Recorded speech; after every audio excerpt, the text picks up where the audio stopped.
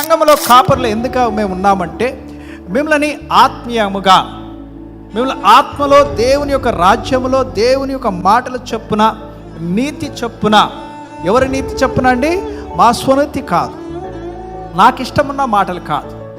పరిశుద్ధ గ్రంథము లేఖనములు ఏమైనా చెప్తున్నాయో, క్రీస్తు ఈ లోకమునకు వచ్చి ఆయన ఏమి బోధించాడు, యెహోవా దేవుడు ఎటువంటి ఆజ్ఞల్ని మానవులకి గైకొన్నాడో ఆ విషయములను చెప్పి మీ జీవితమునకి ఆధారమేవి, మీ జీవితమునకి ఎదగడానికి అవసరం వచ్చేవి, మీకు నిత్య జీవమునకి మార్గము చూపించే మాటలని చెప్పడానికి కోసమై దేవుడు మాకు ఈ అధికారముని దయచేశాడు.